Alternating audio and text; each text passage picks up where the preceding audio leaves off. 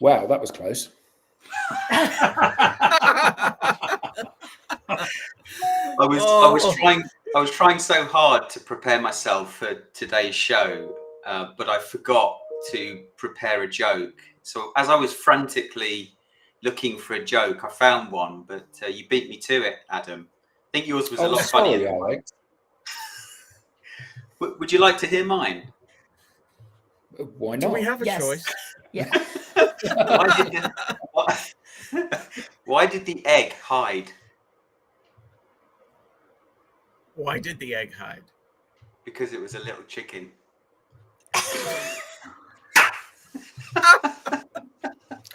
Badum. I like the car skidding. I like a little chicken. Now I'm imagining a car skidding into a crowd of little chickens. Oh, no, that's... Oh, don't do that. We'll get letters. All right, I need to rein this in a little bit. Good morning, good afternoon, and good day from wherever you are. Welcome to another edition of the Digital Download, which is the longest running business talk show on LinkedIn Live, now globally syndicated. Did you say weekly? Did I? I thought I did. You did. I don't think so. Well, you got it wrong, Rob. I've got it wrong. What's more important? Did you say globally syndicated, Rob? What's that, Tim? Did you say it's globally syndicated? Yes, we are going to be globally syndicated. What does that mean? That means that not only are we broadcasting on LinkedIn Live right now, but we will be part of internet radio. Stay tuned for further details sometime next month, which is next week. Today, we're going to talk about making better business decisions, which is kind of timely right now. I'm questioning the decisions that I made getting here today. We're going to have a special guest, Jen McFarland, to help guide us. Jen's unique perspective emphasizes the essence of proactive questioning. Whether you're overseeing multi-million-dollar venues or deciding on the best approach to paint a house, asking the right questions ahead of time can mean the difference between success and failure. But before we bring Jen on, let's go around the set and introduce everyone. While we're doing that, why don't you in the audience reach out and ping a friend? Invite them along. We believe that the digital download is best when we have the audience participating. So it's highly encouraged. Go ahead, ping them. Adam, will you kick us off, please? Hi, Rob. I'm Adam Gray. I'm co-founder of DLA Ignite, and I'm always thrilled to come on these shows because not only are they entertaining and fun, well, for me, not necessarily for the audience, not only are they entertaining and fun, I always seem to learn a huge amount. So thank you. Thank you. Tim. Hello, I'm Tim Hughes. I'm the CEO and co-founder of DLA Ignite and famous for writing the book Social Selling Techniques to Influence Buyers and Changemakers. And I'm just in the process of pinging a friend on social media. There we go. I can't see Andrew in the comments, so I thought I'd ping him. Where are you, Andrew? And we can wave any comments. Yeah, that's right. Tracy, welcome. Hey, everyone. I'm glad to be back. Tracy Borson, owner at TLP Coaching and Events, where we care about authentic marketing and none of the other crap that marketing wants to try and sell you. You guys like that one today? I'm trying on. Nice. Yes. And yeah, I'm just glad to be back. It is like -7 degrees in Calgary today, so I'm wearing my sweater. And we're glad to have you back. We are. Guys. We've missed your. We've missed you. You've missed my proactive questioning. Yeah, Rob is speaking directly to me in that. Yeah. and your happy, smiley disposition as well. Oh, and my pink headphones. Yeah. Your pink headphones. Excellent. Thank you, Tracy. Welcome. You sound a little husky though today, Tracy. Is that a cold or? Okay, so fun fact, everyone. On October the 1st, it might have been September 30th, I'm not sure. I lost my voice when I was in New York for work, and it is October 27th, and it hasn't quite recovered. My doctor says everything looks fine, but for now, I bring the husky voice. Did you lose your voice because you laughed so much when you met up with Lenwood? That's the question. Actually, I had lost my voice mostly by the time I met up with Lenwood, but this is what happens when you go to New York and your friends are in rock cover bands and you spend a whole night singing songs, and then you go to Broadway the next day and it's Back to the Future, the musical. So then you have to sing all the Huey Lewis songs, and then your voice is just gone. Wow. This is my life, folks. Well, welcome back. Welcome back. Thank you. Yes. So hello everyone. I'm Alex Abbott, founder of Sapiro, and trying to be famous for the Conversation Creation Operating System. And I'm a proud DLA Ignite partner. Have we said that yet today? Oh, No, yeah, me we too. have not. I forgot about that. Oh, we're forgetting a lot of things today. Thank you, Alex. And myself, I am Rob Durant, founder of Flywheel Results. We help startups scale, and I too am a proud DLA Ignite partner. All right, so thank you all. As I said, this week on the Digital Download, we're going to speak with Jen McFarland, turnaround expert and CEO of Women Conquer Business. The first time we met, Jen shared with me that she usually walks into disaster. In fact, she said that's pretty fun for her.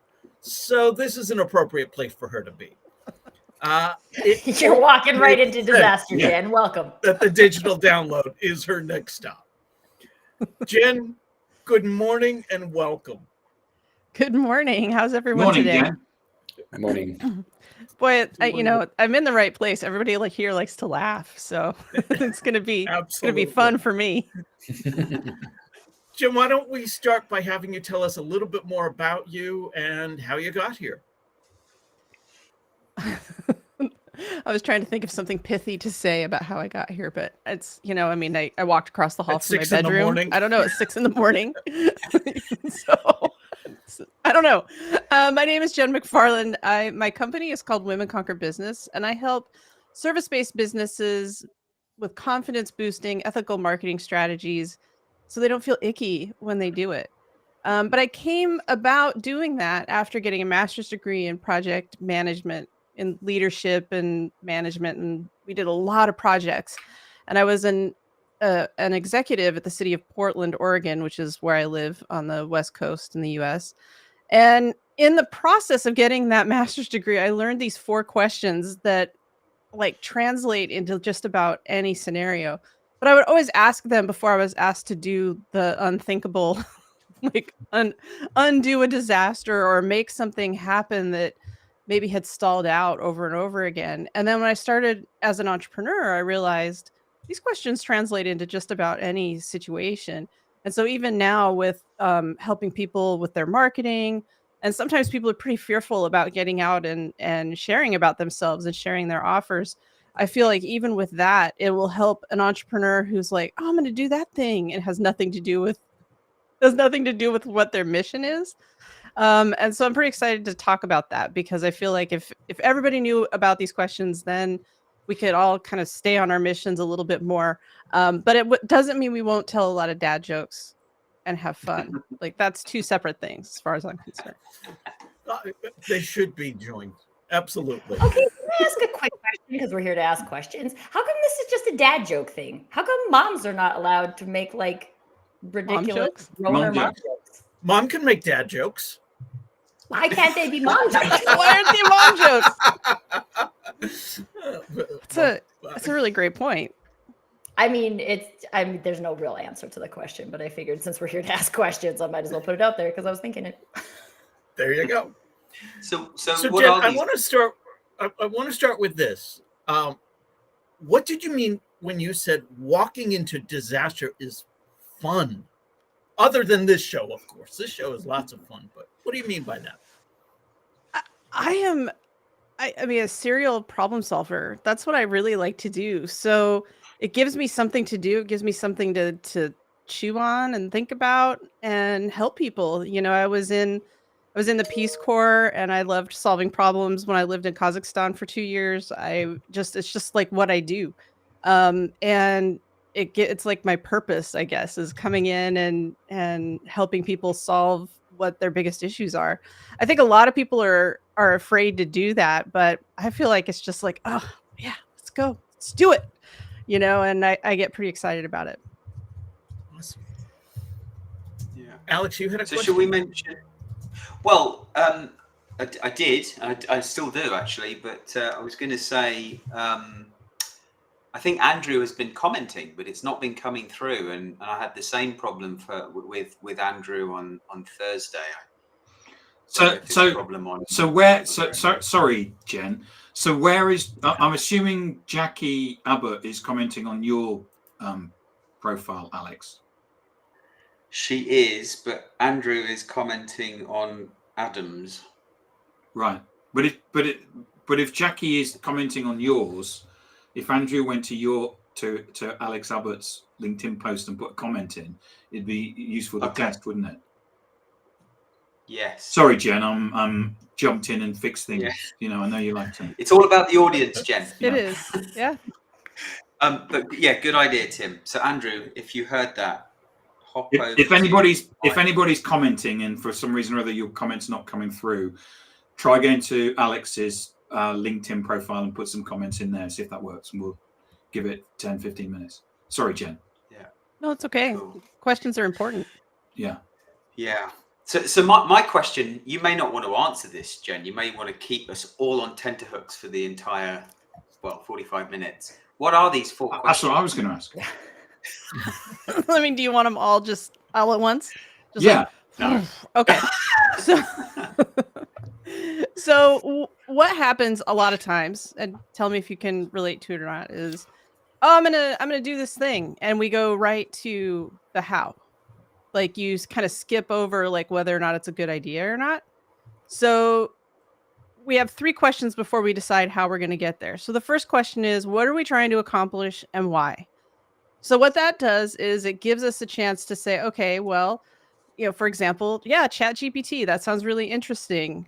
What are we trying to do with it and why is it important to our organization? If you do certain things, it might not make any sense at all. If you do other things, you're like, oh, okay, well, it'll help us do XYZ faster. It'll help us further our mission, right? But that question, if you pause on it, you can actually say, okay, maybe this is going to take us way off of our mission and just be a distraction, right? So it keeps you from like starting to do something that's going to drift you away. The second one is, how will we measure success? So how do we know when we get there? And then that tells us when we've achieved what we want to do. But it also tells us, when we need to readjust what our goals are and maybe think again about what it is that we're trying to do. The third thing is, what other conditions must exist? This is the one where people get kind of tight when I talk to people about it. And what that really means is, we don't all just like ride in on a rainbow on the back of a unicorn. Other things have to be happening, that are going to either be, this is where our SWOT analysis comes in. So strengths, weaknesses, opportunities, and threats. This is where we're like, okay, well, I'm going to get the support of these folks, but maybe these people aren't going to be as supportive. This is how much it's going to cost. Holy cannoli, I can't afford to do this, or if everything goes great, here's what's going to have to happen. When you do that, when you do your catastrophizing around like all the bad things that could happen, you're actually preparing for when it happens. And then when it does, you can navigate it a little bit better. Just as helpful preparation. And then after that, we get into, so you've done your budget, you've done, what you're trying to accomplish and why, when you're going to be successful, that it's not all puppies and unicorns, then you can think about how you're going to get there. And then you start planning it out and assigning tasks to people and deadlines and all of that kind of thing. So those are the four questions. Now, are there other questions you could ask? Sure. They all kind of fall though within those four questions. So this is a framework that's been used overseas in like development projects. This is something that's used with nonprofits. This is used with the public sector, the private sector, with entrepreneurs. They're pretty universal, I think, right? I mean, these all make sense, and yet we skip them and decide I'm doing a thing. Let's do it. So when I say That sounds like go, me. I know, Yeah. right? I'm not saying I don't do it too, because we all get excited and we just start going. But a lot of times when I would go into a disaster, especially at like scale, like really big time, we'd have to back up, kind of go through this stuff, and then that would help us triage kind of what had been happening and how to get back on track too. So it helps at the beginning, especially. But then if things go wrong, you can readjust there. So Do you know, check. Jen? Do you know Rob is always asking the question, "What are we trying to accomplish?" He always does that. Always keeps us on track. Good job, Rob. Yeah. Thank you. High five, Rob. Yeah. I'm a big fan of Simon Sinek's Start With Why. And it sounds very similar to what you were talking about. But I heard you use the word drift, and it got me thinking, even if I start with these 4 questions and then proceed, most people skip them altogether. Yep. If they ask them at the beginning as though it's one and done. When do you know you're drifting?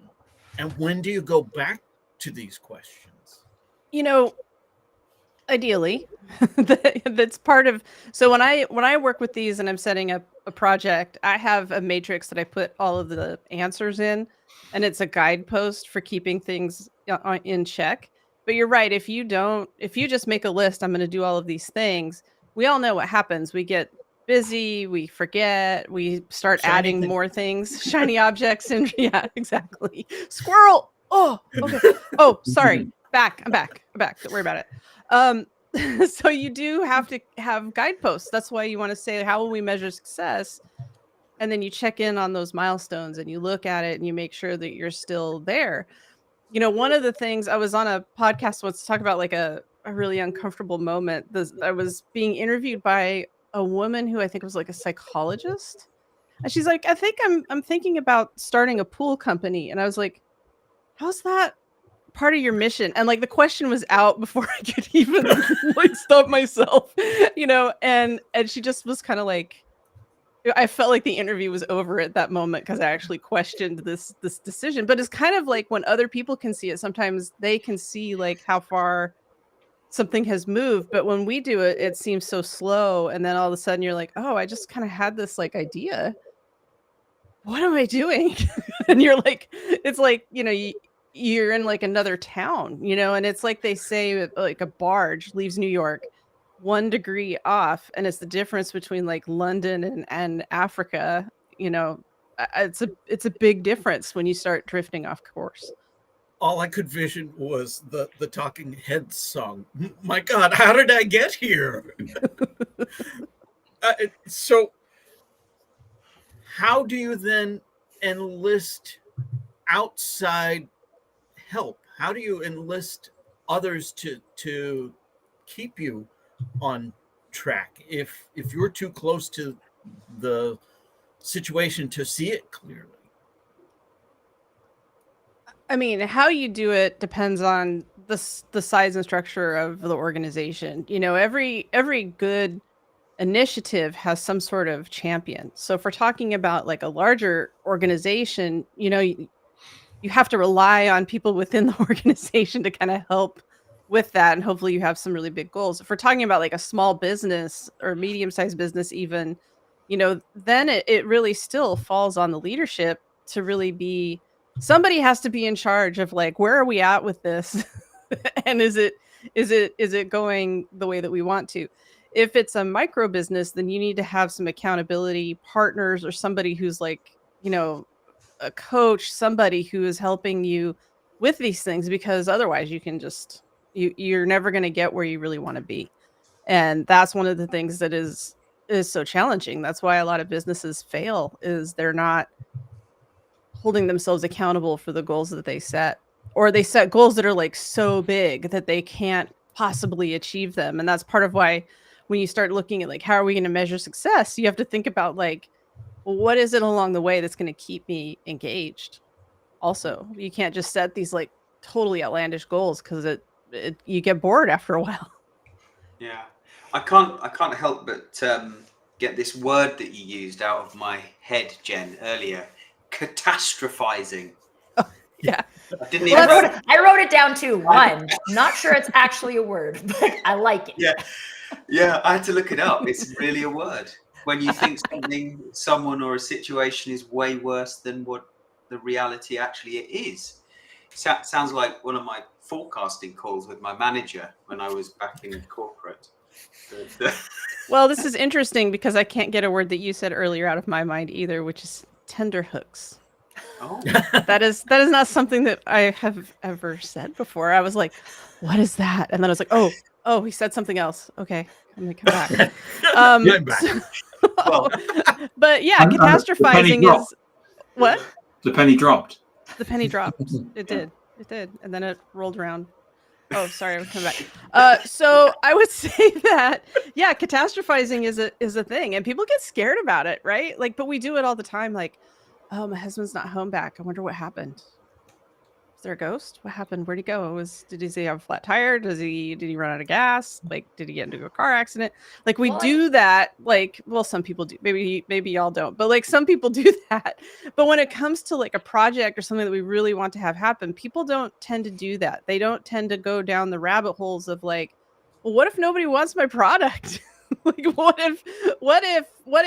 You know, you got to play the what if game a little bit so that you're prepared, you know. And everybody wants to think that nothing wrong could possibly happen, but if you don't think about that, if you don't catastrophize a little bit and make everything worse than it is, then when like things go sideways, you're like, oh, I never thought of that.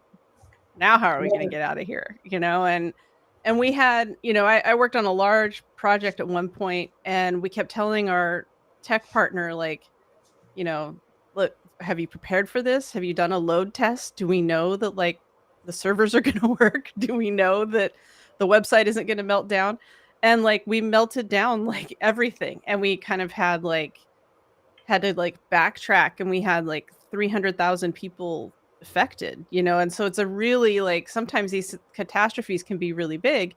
And even though we had thought about like that possibility, nothing can prepare you for having to go back and like triage all of that. But at least you know that you tried and you gave things some thought.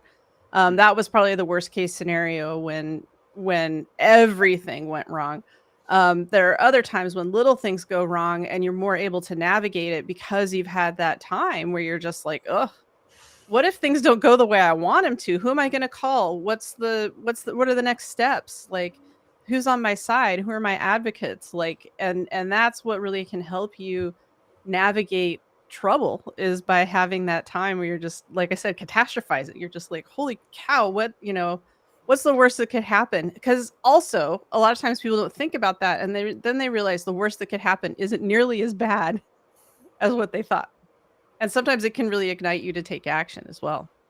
But do you ever have to sort of highlight how bad it could be if they didn't, you know, address the thing that's right in front of them? Yeah, but sometimes like people... how bad your sales funnel might look if you don't address your funnel issue. Yeah, but you know as well as I do that not everybody wants to address that. See, and this is the question that I have, right? Because like, how important is self-awareness in like even being able to answer those questions responsibly? Because I've been part of organizations where if you ask the question, and I've always been a question asker, some people like it about me, Yep. Some people don't like it about me. When you're like asking these types of questions, what are you trying to accomplish to kind of prove a point that this isn't in alignment with our mission? But people have their own ideas, decision makers, CEOs have their own ideas, and like, this is aligned, but there's like a bunch of people on the team who are like, but is it? And then it's my job to just like get it done. And I've been in this role before where I'm just like, but I don't get it, right? Like, I don't see how this is aligned. I don't see how it makes sense. And now I'm supposed to use my time away from projects that I do think make sense to get this done. So like, what's the role of self-awareness? What's the role of like being able to feel like as an individual, we can allow these questions and really ask ourselves if we're being honest? Yeah, so this is interesting because I've been that person, Tracy, where I'm like, we were taking a trip to Crazy Town and I'm supposed to lead the band. Like, like I don't even know what I'm doing here, and a lot of times I would ask these questions myself and I would write it all out, and I would be like, okay, this is what they say we're trying to do and why, like, and even though it doesn't maybe make sense to me, I've been tasked with this. So who am I going to call? How am I going to do it? And that was really the key to my being a turnaround artist, was kind of like, okay, well, this is what we're going to do, whether I agree with it or not. I better answer these questions to cover myself and cover the project. And then it made it easier for me to navigate it. Even if I thought it was, dumb or didn't make sense or whatever, and part of it too is like, well, if somebody is leading the charge, then you better get the answers from them, even if they don't have the self-awareness to realize that, I mean, this just doesn't sound like a good idea. You have to get some information from them about why they think it is. And sometimes all you get is "'cause I said," like, and it's not the best answer.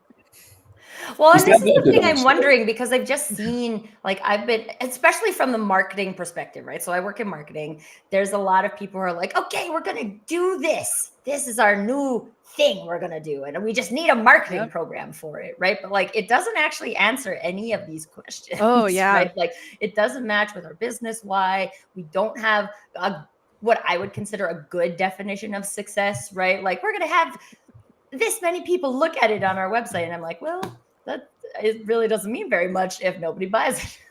Yeah, the way I described this a few days ago, if you've ever seen the TV show Seinfeld, it's like you go into some projects and people are like, oh, yada, yada, yada, we're going to make $1 million. And the truth is that every yada is really important. and that's the thing. People just kind of want to skip to the end. And that's true. I mean, the example you gave is spot on. Like, it's how do you like that? I just used like a little European spot on. How do you like that? So but it's spot on, because it's like most people are like, I want to do a thing. I'm going to buy the software and it's going to fix everything that is wrong. And we see this all the time in marketing, because we're constantly bombarded with like, this marketing solution will help you increase sales. This marketing solution is going to streamline sales or social media or whatever it is that is, our greatest marketing ill, when really it comes down to business process. And if that makes sense and it aligns with whatever software it is, yes, it might help you. But there still has to be something more behind it. But sometimes people don't want to hear that. And we can influence as consultants. And sometimes our customers want to do it anyway. Yeah. I'm just a big fan of telling my clients that it's stupid. And if they don't like that, then they don't choose me. But like, you mean your former clients? That's my. But this is the thing I think is always interesting about it, right? This is why I ask the question: like, are there people who are ready to hear this and people who are not ready to hear this, right? Absolutely. Because I do think there are people, there are leaders, there are decision makers who are like, well, we've been doing this for X amount of years, and then I come in and I'm like, and this is why that doesn't work. So you can keep doing that, but like, it's not aligned with your mission. It doesn't have good success measures. Like it doesn't connect to sales, right? From a marketing perspective, like these are the reasons why it doesn't work. So you can keep doing that, but if you want to keep doing that, then don't hire me, because it's going to be a terrible plan. And I'm just going to keep telling you not to keep doing that. And there are people who are ready to like question, like, okay, these are decisions I've made in the past. Maybe they worked in the past. They're not working now though. And so like, let's explore. And I do think that I feel like Adam and I get into these conversations all the time about mindset and things like that, because there really is, I think, a specific mindset that people need to be in order to ask themselves these hard questions, and not to say like, oh, well, okay, we didn't ask ourselves that question, or we made this decision and it's really not in line with our mission. So is there a way to like relook at that? Can it be aligned with our mission? Maybe it can if we're asking the right question. But I think this ability to like be questioned is something that I think it's new, right? I think a lot of times leaders have gotten to the place where they are and they're like, well, now this means I don't get questioned, right? I have all the answers and I'm going to make the decisions and we're going to go do things. And if it didn't work, it's not my fault. It's your fault because you implemented it wrong. But I think we're coming into an age now where like we really need to be able to sit there and have someone, a consultant, a coach, a friend, right? An employee, could it be, that asks us that question and we can be like, oh, you have a point. Like when my 5-year-old asks me why we have to do things. And I'm like, I don't know why. I don't have a good reason. Is that sometimes, Tracy, to do with the fact it's like a habit or your business worldview? Right. Yeah. That this is good and this is bad. And it will always be like that. Right. Like I should know the answer. And if I don't know the answer as a leader, then I'm bad or incapable or something. But that's like or what we'll do is we're going to do the same thing that we've done for the last 20 years because it worked for me 20 years ago. But that's and watch our business slowly go out of business. But that's my belief system. And I know for a fact that Adam is talking to an organization and they've said for the last 18 months, next quarter is going to be better. I've got one of those. But there's also the sunk cost fallacy, isn't there? Yes. We've put so much into this, so much effort, so much time, so much money into this, that actually we can't get off this conveyor belt now. Even though we're on the down escalator, we've invested too much to be able to get off.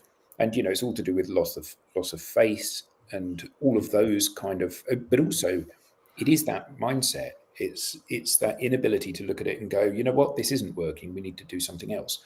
We don't know what it is we need to do, but what we do know is that this thing is not working. So if we do nothing, we're no worse off. Let's try something different. It may not work, but it may work. At least we're putting the chips on a number on the roulette wheel that maybe will deliver a win. And I think that's a big problem, isn't it? That businesses are so invested in, and Eugen said about marketing, sending loads of emails, buying this tech, which they hope is going to sort the problem out. So in my experience, organizations buy a piece of tech, they sometimes implement it quite well, and it doesn't do what they think it's going to do. So, if you get this email marketing software, what it'll do is it'll deliver a constant stream of interested customers. And then it doesn't. And then the answer is to buy another piece of software that plugs into that gives you access to a whole new database of email. And a constant stream of leads. Yeah, which then will fix this. So then you start to use that and it doesn't work. And then you go, okay, well, what we actually need now is we need a better data analytics tool so we can understand which bits of this are okay and which bits where it's falling down. So you implement that and then you see that data and you go, okay, so we need to change more. And then you change it and it still isn't working. And actually now you've subscribed to 3 bits of software and you've got to buy the 4th and the 5th and the 6th. And it becomes so automated, it misses out on the very point of what you were trying to do, which was to have conversations with people in order that you could sell them something. You've just described the problem with the MarTech industry. The MarTech 5,000 or 6,000 or 10,000. 15,000. 10,001. Still these companies pop up. And the reason they pop up is, of course, because everybody wants an easy button. Mm. Nobody wants to actually do any more work, do they? So actually, if you do this, it takes all of this work away from you. Yeah. So, Jen, I wanted to get back to something you were saying. You were talking about delivering bad news. Not even delivering bad news. You were questioning the decision maker. In the case of the person wanting to go into the pool industry. That was just an off the cuff. But no doubt you've encountered similar situations like that on a much grander scale. Yeah. When they're not happy with your answer, how do you navigate that? It's got to be more than just go along to get along. It depends on the leader. So sometimes, sometimes you do your best to influence a situation. This is a case where when you're working with a leader, you're not the boss. You're maybe the consultant, you're the employee, you're whatever your role is. You're answering to somebody else that you disagree with fundamentally about something. So then it becomes a case of influence and helping guide somebody so that they're not buying that sixth piece of software, so they're not adding things. And I've been in situations where it is like, we've done this for 20 years. Like, this is how we do things. And I'm the person who's like, okay, what if we tried this? And sometimes it's about these incremental changes that start to like change things a little bit, where you can give yourself some quick wins and successes that then people are like, oh, and you can get some of that openness. But sometimes it's just a closed door, and you have to either move on and say, this isn't the right client for me, this isn't the right project for me, or you have to find other ways that you can make inroads into a project or a situation to make it better. I was reading. Pointing and laughing a good way of doing that? I mean, if you want to get fired or something, yeah. I think that also depends on the leader. There might be a leader who's like totally into that. Exactly. Yeah, I was reading this week about self-checkout in grocery stores and how it's not a success. Like, almost resoundingly, it has not done what grocery stores have wanted, but it costs them so much money to do it that they're all just like, well, we're stuck with this. We're not going to hire more people, and we're just going to keep rolling with it. And it's like, yeah, okay, and it's that everybody else is doing it, so I guess they're all in it together.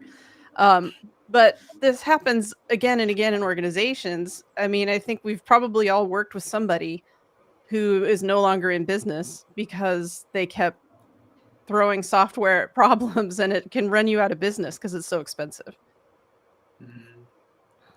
So you're at the kind of leadership board level, and are you typically working with the individual leader that's brought you in, or are you working with multiple leaders? And how do you help them reach consensus if you're working with multiple leaders within a business? I mean, no matter what, as a consultant, hopefully you can identify at some point who your champion is, who it is that really wants you there, and who it is that is really going to be influencing the project or at least supporting you. And that's how you want to navigate it. So it might be the leader, the CEO, and a lot of times I do work with the business owner, but it might not be. And then it becomes like, how do you have an advocate? I mean, I think we all know like how important advocacy is, even within our own businesses, within the marketing context. That's how we all survive. We want people to be cheering us on and talking about how great we are and being our biggest advocates. It's the same thing when you're working on a project or when you're in a client engagement. Sometimes there's dynamics that you're walking into in politics that have gone on for years. And like, the best thing that you can do is find that person who is going to really help you be successful. And sometimes if you can't find that, you might realize that it's not the project is really a no-go. You have times where you're like, is this a go or a no-go? And you're like, this isn't going to happen. And then you make your own choices about how you're going to navigate that. I think that's an interesting point, because I was actually part of a project like that once, and I was project managing it. And it was this project that had been like going on for 2 years, but the company wasn't resourcing it. And so there was like one guy working on it and he was super stoked about it, but the project wasn't going anywhere. So he was super frustrated. And I said to the CEO, I'm like, are you gonna make this a priority? Because it just seems unfair to keep staffing this and keep this person believing that this is going to be the next great iteration of this business.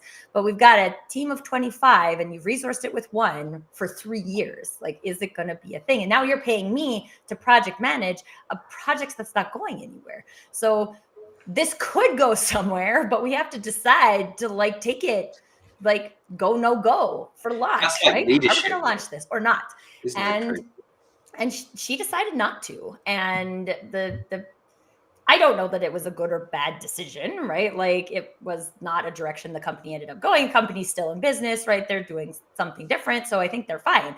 But I do think there are things where we're like, well, this is a good idea. We'll throw a little bit of resource at it. But then we also forget, like, how do the resources feel doing this thing that they think is the next big thing, but continues not to get funding and staffing. So I think it is important sometimes to bring that up and say, like, hey, can we make a go, no go for launch decision? I mean, Tracy, I think we could be friends. Yeah. a lot of times it's about asking those hard questions, right? You have to like walk into the fire. And I think that that's part of what I like about these disasters or stalled projects. Like, the other thing, to Tracy's point, is you resource it, you under resource it, then it's like,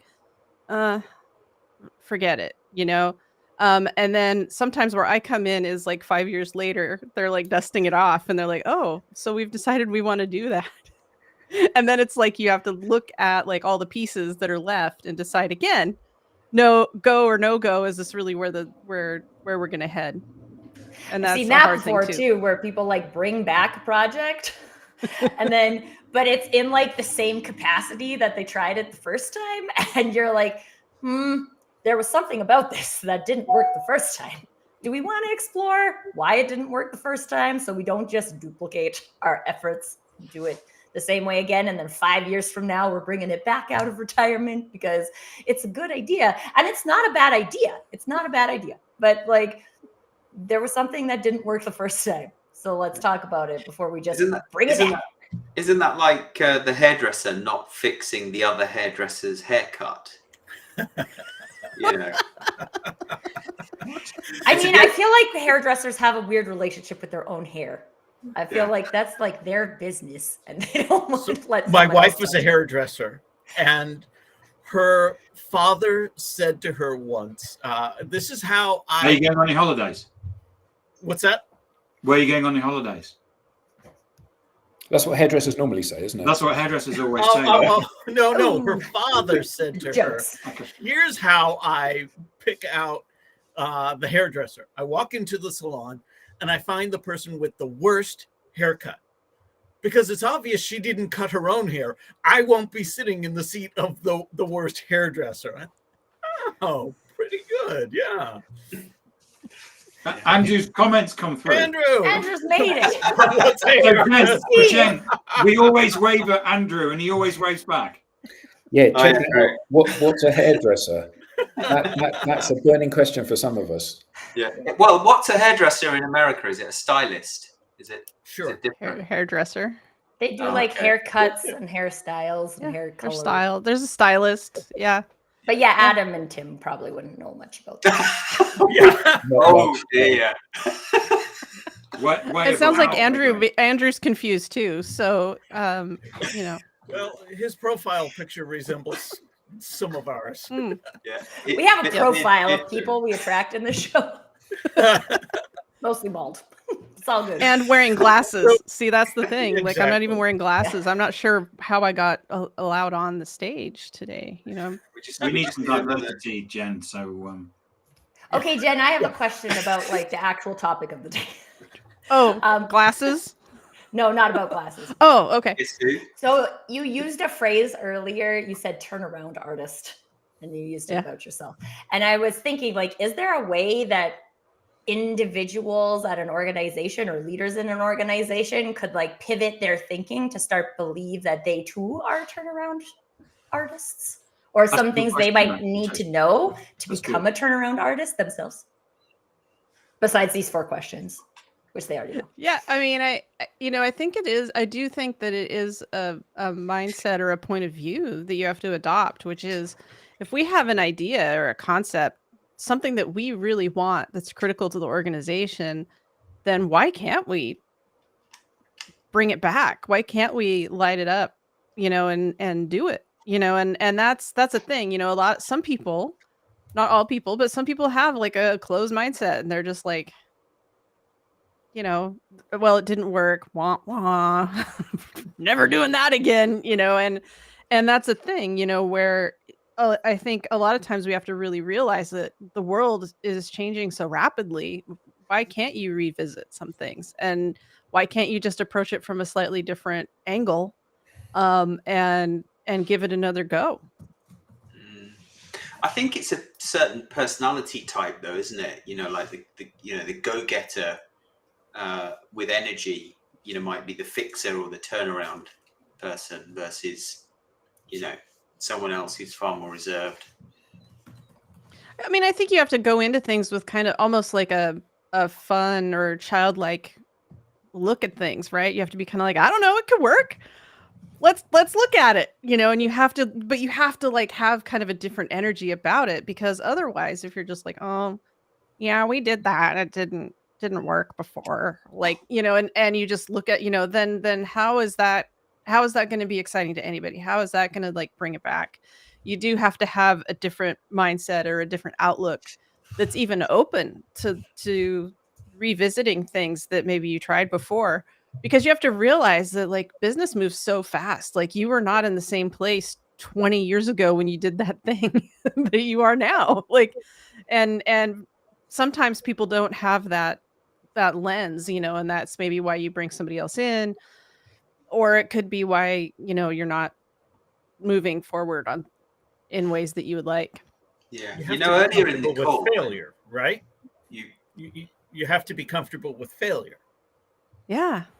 Yeah. So along those lines, how do failures shape the future trajectory of projects, and why is discussing them so vital?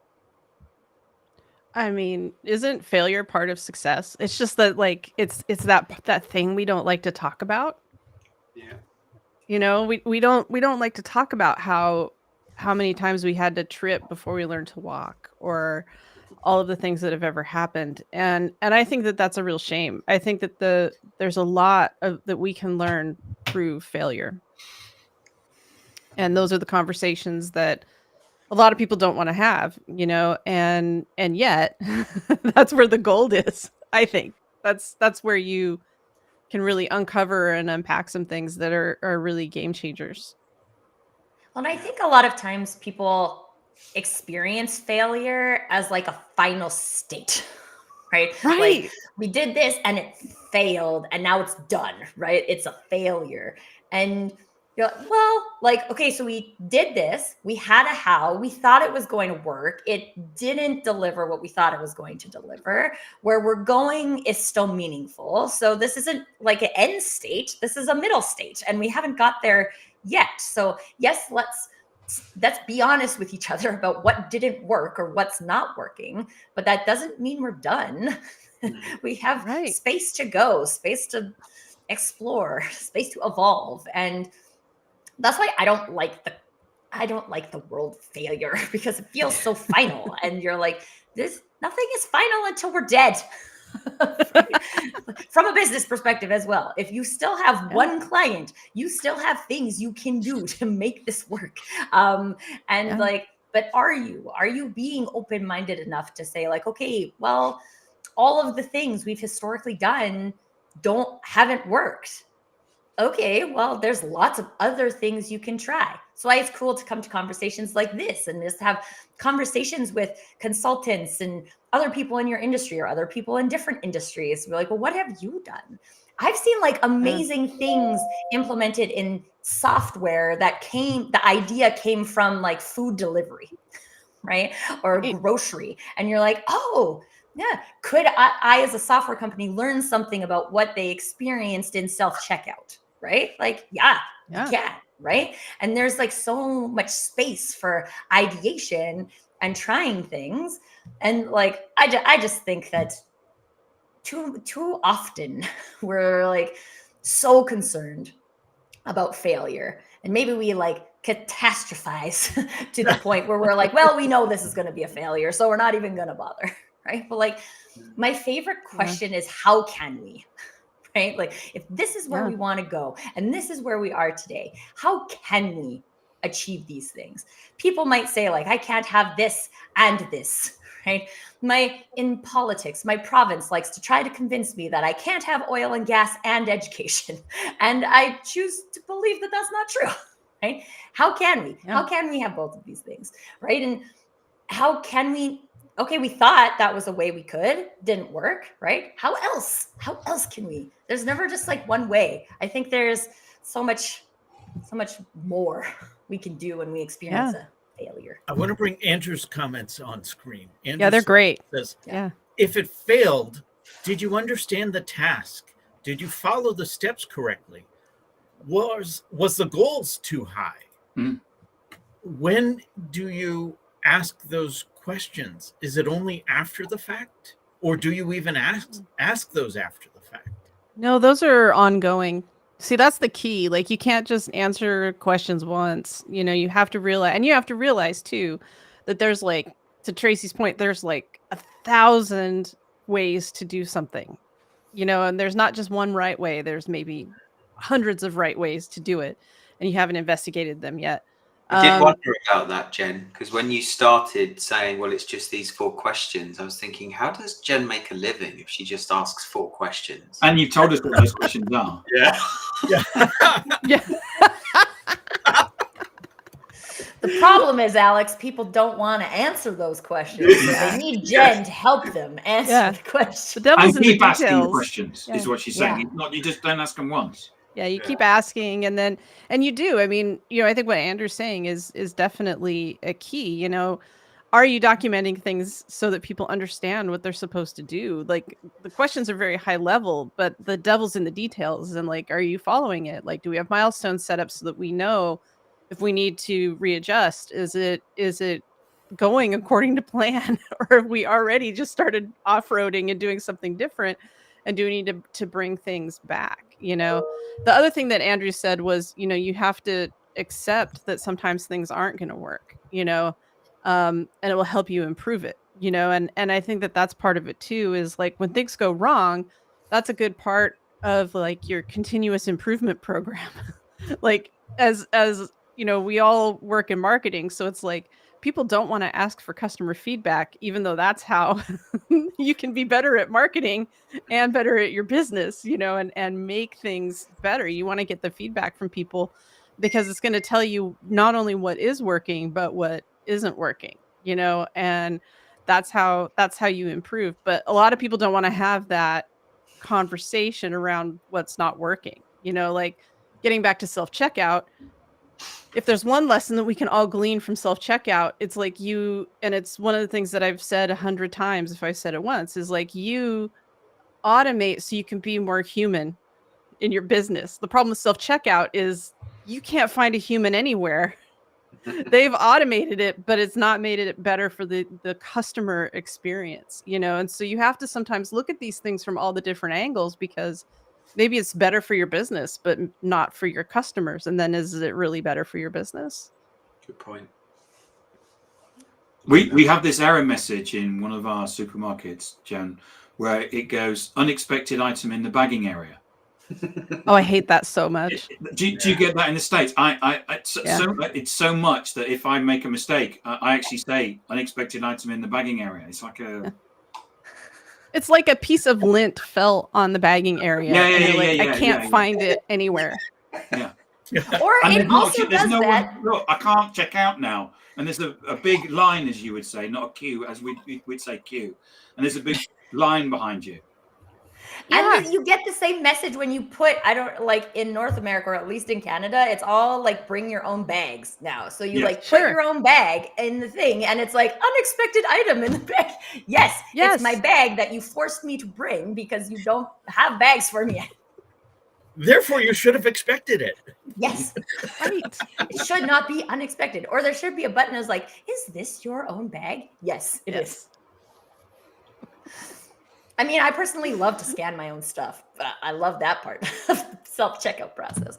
But yeah, do too. I don't think anybody gets through a checkout without some issue. And then, although I will tell you, at my local Walmart, there's like 3 attendants now for self-checkout. And they just stand there and wait for people to have a problem. And then scan their card and key in their code and fix it. Self-checkout. But you didn't know we were talking about self-checkout today, huh? Yeah. So we have this. We have a number of supermarkets now here in the UK where they have someone on the door that checks the fact that you've got a receipt. Because the big issue with self-checkout is the amount of shrinkage, which we call it shrinkage in retail, isn't stealing stuff, has gone up. Yeah, that's the biggest thing. There have been all of these like shoplifting rings here in the States. Yeah. And here, it's TikTok videos about how you can go in and steal stuff. And there's Facebook groups about we're not going to this particular supermarket because if they tell us that we're going to scan our stuff and then they're going to stand there and check us that we've scanned it, we're not going there anymore. Yeah, somebody tried to break into our car, and then we found out that there's a TikTok about the Kia boys, and it's all about how to break into our car. And I was like, of course there is. Like, Wow. Use your powers for good, TikTok. Come on now. Use your powers for good, everyone. Not There just you TikTok. Did you have a question, Rob? I just wanted to say, any final thoughts as we're coming to the top of the hour and wrapping it up? I mean, I had a really good time. I hope everybody got something from this. Yeah, I mean, I think that, sure, you can oversimplify like the 4 questions. These are just to get you started, and then you have to go back and look at them again. And so I'm hopeful that at least we're like helping people ask some questions so that they can maybe get out of that place of like, that it's like a yes, no, let me drop another thought, black and white thinking, which is like, it's either this or this. But the answer is there are a lot of other options. Thanks, Jen. Yeah. And Jen, how can people get in touch with you? Well, so my business is called Women Conquer Business, and that's at womenconquerbiz.com. And then I'm most active on LinkedIn. So Jen McFarland on LinkedIn. Fantastic. Excellent. Cool. This has been the Digital Download, the longest running weekly business talk show on LinkedIn Live. Nailed it. If you have something to say, if you no, you haven't nailed it because you didn't say syndicated around the world. Oh man, Globally. It's a day. What were It's a we day saying for the digital about making download, folks. mistakes? You need to update your notes, Rob. Yeah, I really do. If you have something to say, if you would like to be on a guest on our show, we would love to hear from you.